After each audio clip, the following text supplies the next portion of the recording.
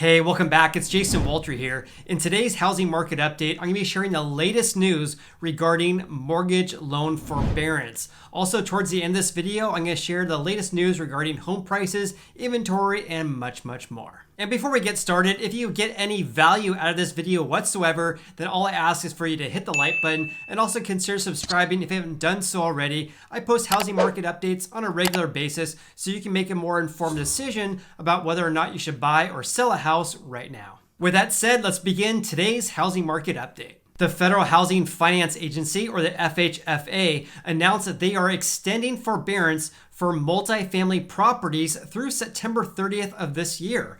This is the third extension, which was set to expire on June 30th, 2021.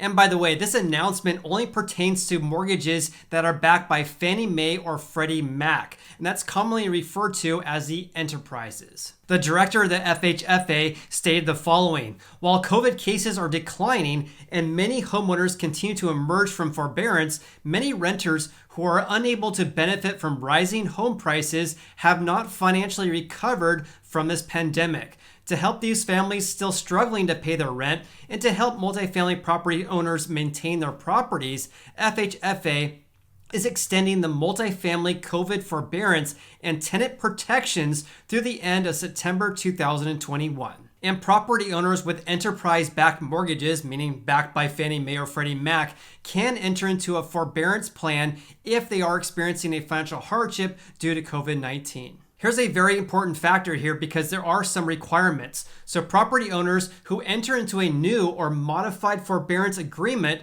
must inform tenants in writing about tenant protections available during the property owner's forbearance and repayment periods. And they agree not to evict tenants solely for non-payment of rent while the property is in forbearance. In other words, multifamily property owners, meaning property owners of 5+ units, can enter into a forbearance plan, but they must notify their tenants in writing about their protections in place. In addition, they cannot evict their tenants as well. And here are the tenant protections that are in place if the property owner goes into forbearance. So according to the FHFA, they have to give them at least a 30-day notice to vacate. You also can't charge tenants late fees or penalties for non-payment of rent. In addition, the property owner must allow tenant flexibility in the repayment of back rent over time and not necessarily in a lump sum. That's very similar to the repayment terms of a loan forbearance that's ending for a property of 1 to 4 units.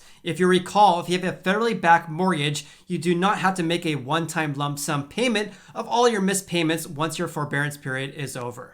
If you are a renter of a multifamily property, meaning a property of 5+ units, such as an apartment building, and you want to know what protections you have in place as a renter, then there's a lookup tool on both Fannie Mae's and Freddie Mac's website, and I'll leave a link below for those two websites.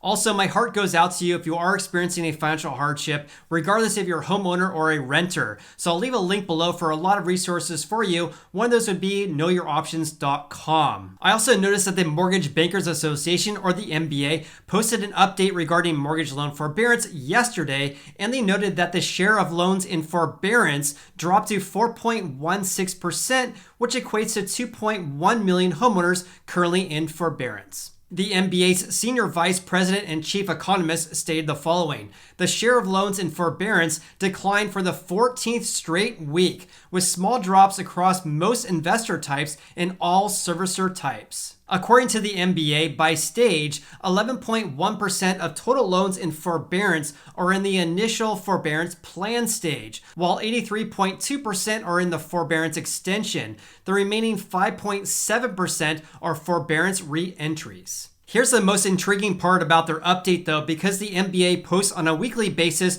what homeowners are doing once they exit their mortgage loan forbearance. For example, are they making a one-time lump sum payment of all their missed payments? Are they selling their houses? Are they refinancing their houses? And so on. According to the MBA, of the forbearance exits for the time period June 1st, 2020 through May 30th, 2021, 27.4% resulted in a loan deferral or a partial claim. That's when the missed payments are added to the back end of the loan. About 25% represented borrowers who continued to make their monthly payments during their forbearance period, even though they didn't have to. 15% represented borrowers who did not make all of their monthly payments and exited forbearance without a loss mitigation plan in place yet. If you do end your forbearance, definitely reach out to your loan servicer and talk about your repayment options. 14% result in reinstatements, in which past due amounts are paid back when exiting forbearance. 10% resulted in a loan mod or a trial loan mod, and 7.5% resulted in loans paid off through either a refi or selling their houses. The remaining 1.5% resulted in repayment plans, short sales, deeds in lieu of foreclosures, or other reasons. In addition, data analytics firm Black Knight reported an update regarding mortgage loan forbearance just a few days ago. They actually reported that the total number of people in forbearance actually dropped by 71,000. They also noted that over 700,000 forbearance plans have May or June expirations, so the number of people in forbearance could continue to decline over the next month, unless those folks do an extension to maximize the 12 to 18 month forbearance plan that they are allowed. Black Knight also posts a total number of people in forbearance by loan type, and here's what they said. 656,000 have loans that are backed by Freddie Mac or Fannie Mae.